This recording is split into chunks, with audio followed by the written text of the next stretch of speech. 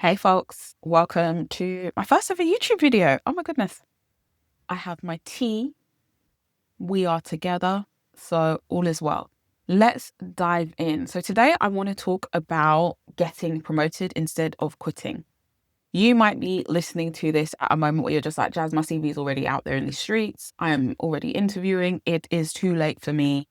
That's fine.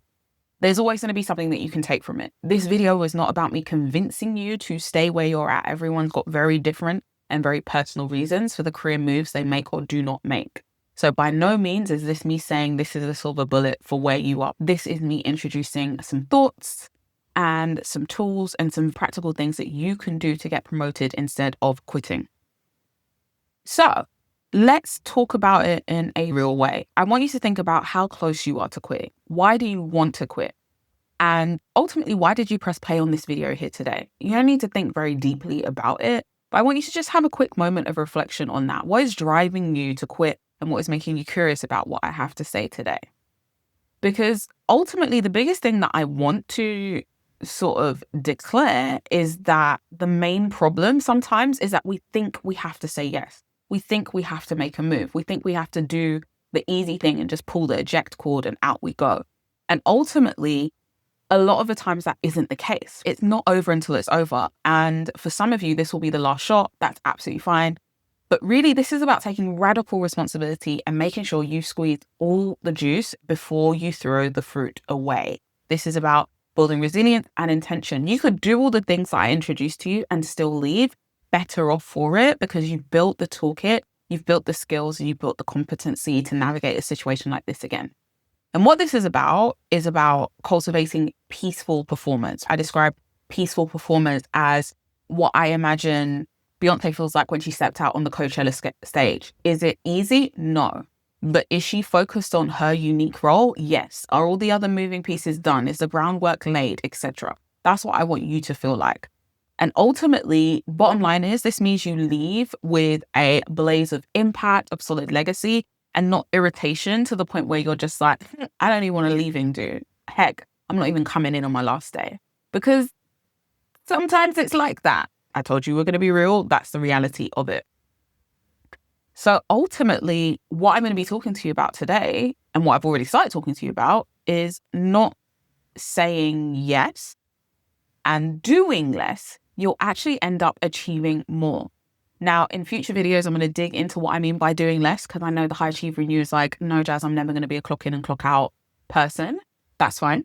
But ultimately, this is my actual solution to the route to the promotion that you want that feels very far off or feels impossible or mythical. Doing less, you'll be able to achieve more. It's not about quite quitting. It's about doing less of the wrong things. So why do I know this? Because I was the caretaker. My first role in tech, I'd open up and close the office. I thought my value was in hard work and I never actually knew how to work smart. People said it all the time, but I never knew how to do it. And ultimately, I was also rewarded for it. So I got pay rises, I got awards. And so then I kept going because I had evidence that this is how you play the game. This is how you do it. This is how you get all the things that you want. But ultimately, it was harmful for me to be the caretaker. And it's really interesting because earlier this year, and definitely towards the end of last year, I was watching the Formula One racing documentary on Netflix. Never thought I'd be a Formula One girly. Wouldn't say that I necessarily am, but I love a documentary. I love a docuseries. And one of the things that really showed up for me is the fact that it astounds me that they need to run so many laps. And because they needed to run so many laps, they needed to wheel change. Otherwise, they couldn't actually continue in the race. And I wonder what would happen if we drove the same distance at a lower speed. Like, how long would those wheels last? Some of us are going full pelt and then we burn out and then we bounce after a couple of months. We bounce after a year. And I'm talking about the situations where it's not toxic. There weren't issues. It is literally how you showed up on the job. Because like I said, we need to take radical responsibility. But ultimately, when you think about Formula One career racing, that's going to lead to burnout or those emergency pit stops when you recover from the burnout or you are near to it. So I want us to be really honest about what it means and why it's important for us to learn to do more of the significant things and less of the things that don't matter, and to do less in general because most of us are doing way too much. So what I want to present to you is the Formula One, fast, pedal to the metal, burn out as many tires as possible versus the road trip career. The road trip's a little bit more leisurely. You still get to the destination, race for longer. You only need to break for petrol and rest, not necessarily new tires.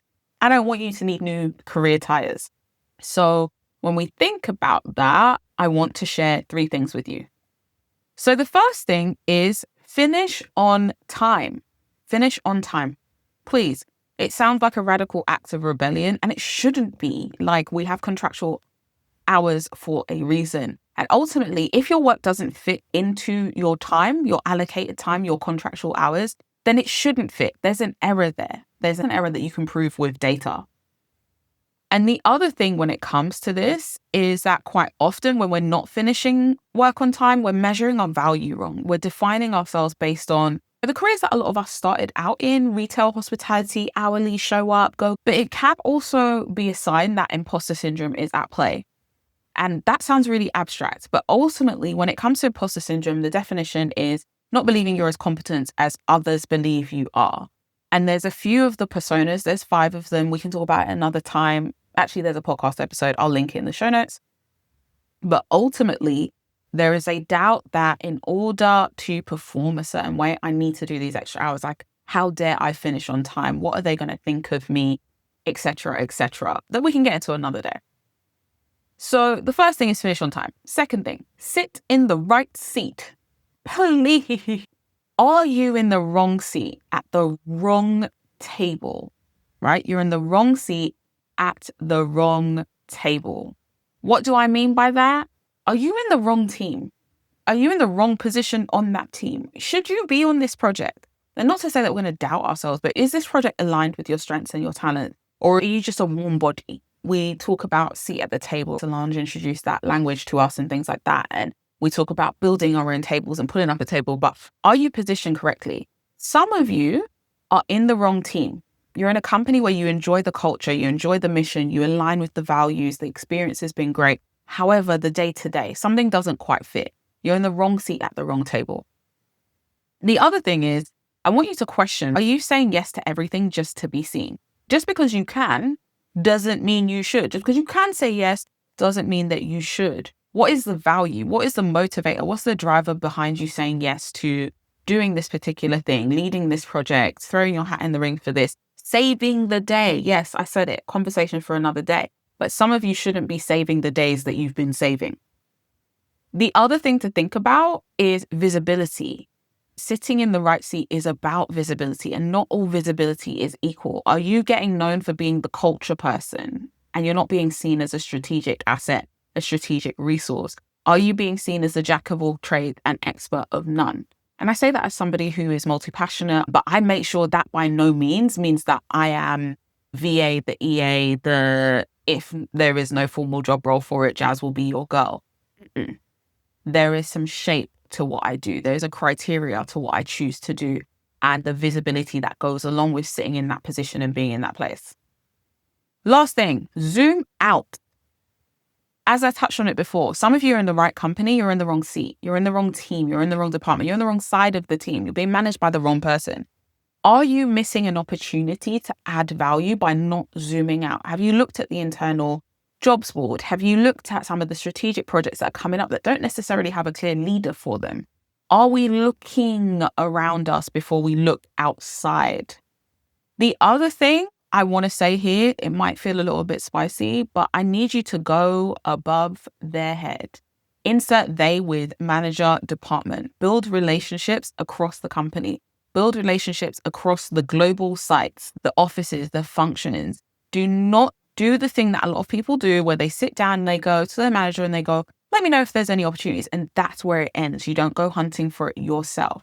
There are people whose jobs it is to entice you into their department, into their internal roles, into upskilling, into things that they need and functions that they need for the future. So it's really important to zoom out, but don't be a sitting duck. Don't think that somebody else is going to do this for you. Go above and around their head. And again, we're doing all of this respectfully, but at the end of the day, it's a better conversation for your manager to say this person is transferring than this person is leaving and they're going to our biggest competitor. Last part on zooming out. I want you to think about your skills. Free your skills. Open them up. Untether them from your current role.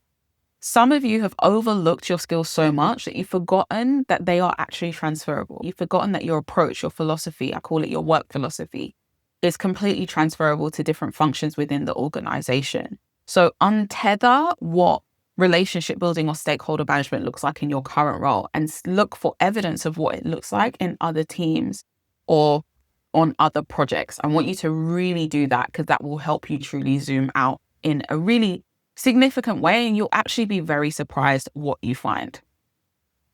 So that's it. Those are the 3 things I want you to do today. I want you to finish on time. I want you to sit in the right seat, and I want you to zoom out. Now, let me know in the comments how it goes for you. Also, if you've got any additional questions, let me know. I'm here. I will do a video on it. I will reply. All of the above. Because ultimately, at the end of the day, I want to make sure, like I said before, you're squeezing all of the juice out of the fruit before you throw it in